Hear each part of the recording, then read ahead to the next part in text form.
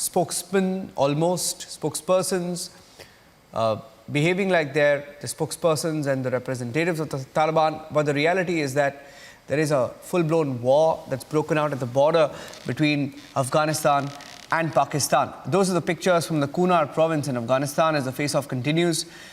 We are hearing that mortar shelling was also reported. We have a couple of videos that we've been broadcasting through the day. We'll put out both the videos that we have. And the videos that we have, Sreeram and Dr. Sreeram Chaulia joining us on the broadcast. It's something that they're really trying to sort of censor, hoping that it will pass amidst the din of, and this period when, the whole world is sort of distracted with Christmas and New Year. It's holiday season, but it's the biggest headline, Sreeram. Niranjan, this border dispute between Afghanistan and Pakistan goes back a long time. Pakistanis thought that once Taliban take control in Afghanistan, they can finally fence the border. They have been trying this like 2,600 kilometers long, and they have been attempting to fence it.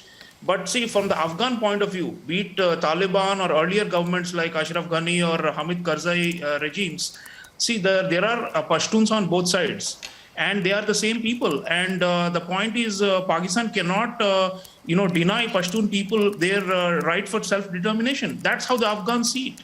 So now there is a Pashtun nationalist force of Taliban in power. Of course, they have been backed by Pakistan, but at the same time, they are under pressure to fight for the sovereign rights of Afghanistan against Pakistani arbitrary fencing and settlement of the border dispute on Pakistani terms. So now the Pakistanis have realized that, it's not going to work out for them. They thought they can dictate terms, but it's not happening because there is an Afghan reaction against it. The Khyber region, the Khyber Pakhtunkhwa province of Pakistan is an artificial province. It actually belongs to Afghanistan. Historically, you go back in time. It was not part of the British India also. So now they have,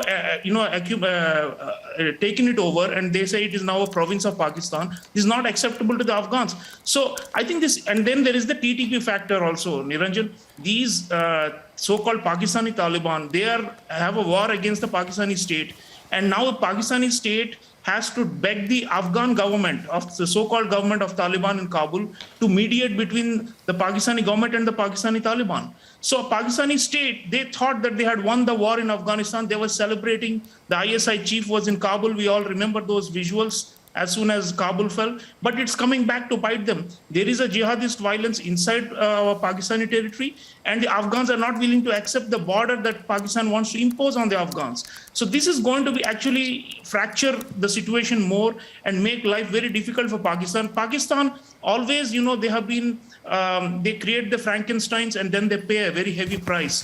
And today we are seeing that in the form of this border war or many clashes that we are seeing at the Durand line. Yeah. Okay. Raghav Sharma joining us on the phone line, an expert, Dr. Raghav Sharma. What do you make of this video? In fact, a few days back, very interestingly, Dr. Sharma and also Sreeram, we had this video of a clash, a face-off almost at the, I think it was the Torkam border. I have those pictures as well. I'll just play that out. And, the Taliban is heard telling the Pakistani forces, the border forces, Dr. Sharma, they're saying, Pakistan, go back. And, this issue has come up even in the Pakistan Parliament, their National Assembly. And it's a big scandal that, that Pakistan can't sort of look away from. I mean, they were trying to portray themselves as the global ambassadors and spokesmen of the Taliban. But clearly all's not well. Dr. Sharma? Well, this is not entirely unsurprising, and there is a historical precedent. Look, Pakistan has always supported the Islamist constituency amongst the Pashtuns. So before the Taliban, they had nurtured Gulbuddin Hekmatyar in the early 1990s, hoping essentially to create an Islamist government that would not be Pashtun nationalist in its outlook. That has been the underlying rationale for Pakistan's support to Hekmatyar and subsequently the Taliban. And it has failed miserably on this count earlier as well, because the Taliban, when they were in power between 1996 and 2001, they never recognized the Durand line. And these clashes are not something that have taken place now. We've had these clashes in the 20th of December in Nangarhar province along a small area called Goshta in Ningarha. They've removed, not just had clashes, they've removed the border fencing. And this was pretty much expected, at the level of the foot soldiers. Because soon after the Taliban had gained power, many foot soldiers were asked, what are you going to do with the fencing? They said, well, wait for us to entrench ourselves and then we'll rip it out and sell it off in the bazaars as scrap. And that's pretty much what is happening at the ground level. But the real question I think we should be asking is it really going to fundamentally alter the relationship between Rawalpindi and the Taliban? I think over there I have my doubts if it's going to, at the moment, bring about any fundamental transformation. Because remember, the Haqqanis who control the levers of power in a very big way in Kabul at the moment have very substantial political and economic interests in Pakistan. They're very closely intertwined. So yes, there is going to be friction and there is going to be tension. There is a historical precedent for this. But I'm not sure if this is going to fundamentally alter the dynamic of the relationship between Pakistan and the Taliban. The Pakistan has been notoriously silent on Imran Khan's recent remarks in Pashtun culture, for example, at the recent OIC conference. So I don't see this altering the dynamics very dramatically at the moment. Agree with you. Completely, Dr. Sharma. Sreeram, the fact that it's also come up in the Pakistan National Assembly, what do you make of it? I mean, it comes at a time when there is so much of an internal turmoil within Pakistan, and with Nawaz Sharif sort of, planning a comeback, and Imran Khan being on the back foot, and Pakistan is almost celebrating this OIC speech to say that, they've portrayed themselves as the champions of the Islamic cause. But will the situation blow up? What's going on at the border? Well, Niranjan, I think it's a reality check for the Pakistanis. They always overestimate their own abilities to play realpolitik games and to, beat their rivals and to expand their influence across the borders. They have failed with India miserably many times, and they've been defeated in many wars. And they thought they could control Afghanistan, through this Taliban victory.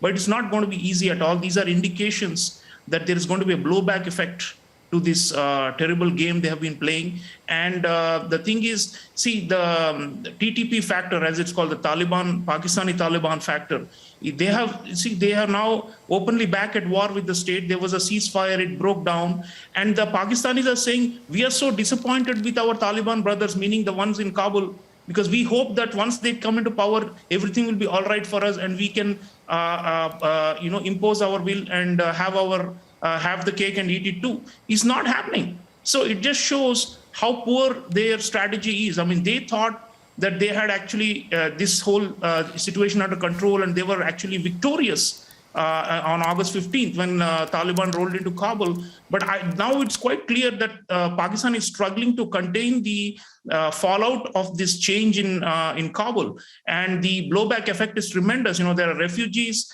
there is drugs, there is weapons. Then there are these TTP terrorist groups moving freely across the Durand line.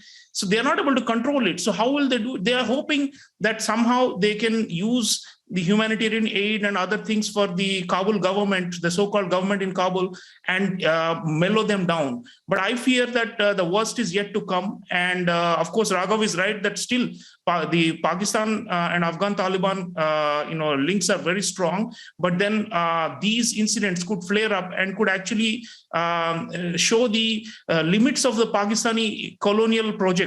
They want to expand. They want to dominate Afghanistan. And it is clear that they are failing in that and they are going to be having many setbacks. Completely. And it's a situation that could easily blow up. It could very well easily blow up. We've seen what's been going on. I'll get one last word from you, Sreeram. If India is watching what's going on, and if you look at their approach vis-a-vis Afghanistan, what would they be thinking right now? Well, on one hand, India, we have had a vote in the Security Council about humanitarian assistance and about supporting the Afghan people. and we have a clear stand on that. And secondly, we are working with the Central Asian countries. The dialogues have intensified to try and contain these external ramifications of the Taliban takeover in Afghanistan. And definitely, if the Taliban are willing to challenge Pakistani, unilateralism and attempts to impose their will on Afghanistan, we should have a discussion with them to see how we can, cooperate in some limited ways. Of course, it's a long way to have our diplomats back on the ground in Kabul, to reopen our embassy, and to restart our development projects and all that. That's still a long way to go. But if these Afghan Taliban, if they really have now in control of the state and want to protect and defend the territorial integrity of Afghanistan now, if that is their goal, if nationalism is their goal, then India will have a receptive ear for such a country, because that will help to keep the Pakistanis busy on their Western front.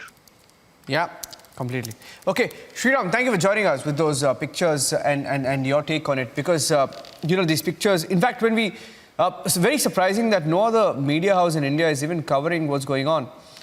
Very, very surprising. It's a serious situation. The fact that, mortar shells are being fired at the borders between Pakistan and Afghanistan. A few days back, Republic TV brought you those pictures of the Taliban asking the Pakistan forces, the border forces, to literally get out. They heard saying, Pakistan, go back, in Pashtun. And this morning, these videos come in of the firing at the Durand line. Those are mortar shells being fired. It's a situation that could escalate any time now in the borderline between Pakistan and Afghanistan, and we're the only channel that you can expect to be way ahead